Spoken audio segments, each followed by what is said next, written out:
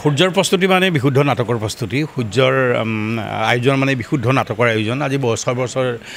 মানুহে দেখি আহিছে বিশুদ্ধ নাটক কৰা হয় ইয়াতে আৰু এবাৰ তাৰ ব্যতিক্ৰম নহয় খুব সুন্দৰকৈ আমি নাটকৰ জোৰদাৰ নাটকৰ কাম কৰি আছোঁ আৰু এবাৰ আমাৰ এটা মোৰ জীৱনৰ দেই মই ৩৩টা বছৰ থিয়েটাৰত আছোঁ মোৰ জীৱনৰ সকলোতকৈ বেছি মানে মোৰ নিজে ভাল লগা কথাটো হ'ল যে আমাৰ এটা গান টিকটক আপোনালোকে গম পাইছে ইণ্ডিয়াৰ লেখত ল'বলগীয়া গান হৈছে ইণ্ডিয়াৰ সৰ্বভাৰতীয় পৰ্যায়ত আৰু ইতিমধ্যে বাহিৰৰ দেশৰ মানুহেও এইটোৰ ওপৰত ৰিলছ বনাইছে আৰু আমি ঘোষণা দিছিলোঁ যে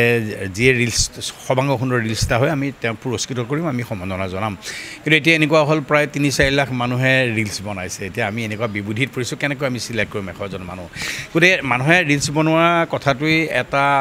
প্ৰতিজন যাব পাৰি যে গানটো অতি সুন্দৰ হৈছে সঁচাকৈ মোৰ জীৱনৰ এটা সুন্দৰ গান মই ইমান হিট গান জীৱনত পোৱা নাছিলোঁ আৰু এই টিকটক গানটো অকল মোৰ জীৱনৰ হিট গানেই নহয় থিয়েটাৰ ইণ্ডাষ্ট্ৰীৰ হিট গান হয়তো এনেকুৱা হিট গান আৰু বহুত বছৰলৈ মানুহে নাপাবও পাৰে বহুত বছৰলৈ পোৱা নাছিলে গতিকে এইটো আমাৰ কাৰণে খুব ভাল লগা কথা আৰু ইয়াৰ সম্পূৰ্ণ যিখিনি সুবাদ যাব সেইখিনি অসমৰ ৰাইজৰ কাৰণে যাব তেখেতসকলে নুশুনিলে এটা গানে এনেকুৱা উচ্চ পৰ্যায়ত কেতিয়াও যাব নোৱাৰে তাৰপিছত আমি 3খন নাটক লৈছোঁ এই 3খন নাটক হ'ল অভিজিতৰ 2খন নাটক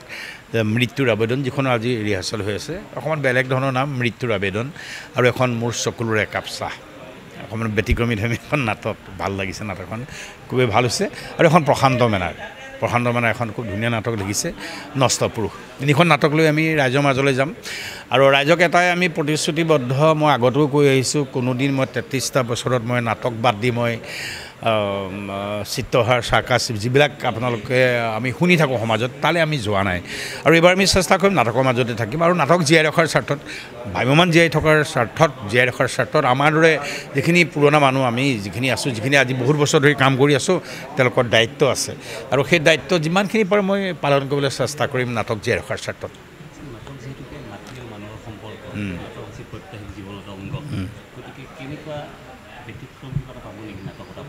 ডেফিনেটলি পাব নাটক সমাজক বাদ দিটো নাটক হ'ব নোৱাৰে আৰু মইতো বাৰে বাৰে কৈছোঁ আমি নাটকেই দেখাম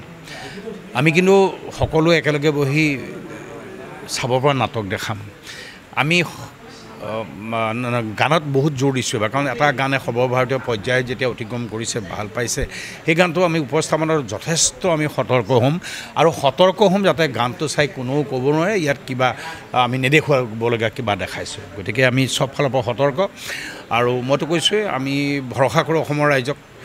ৰাইজেও আমাক ভৰসা কৰে যে থিয়েটাৰৰ পৰা বিশুদ্ধ নাটক বিচাৰে নাটক চাই কিবা এটা অইন একো নাপালেও অকণমান এটাইকেইটা ল'ৰা ছোৱালীয়ে একেলগে বহি পিছত কথা পাতিব পাৰিবও লাগে যে কালি নাটকখন এনেকুৱা আছিল ইমান ভাল লাগিলে আমুক এনেকুৱা আছিলে এনেকুৱা পৰ্যায়ৰ নাটক আমি কৰাৰ চেষ্টা কৰি আছোঁ আৰু অসমৰ ৰাইজক এটাই কথা কওঁ আমি প্ৰতিশ্ৰুতিবদ্ধ আমি আপোনালোকক নিৰাশ নকৰোঁ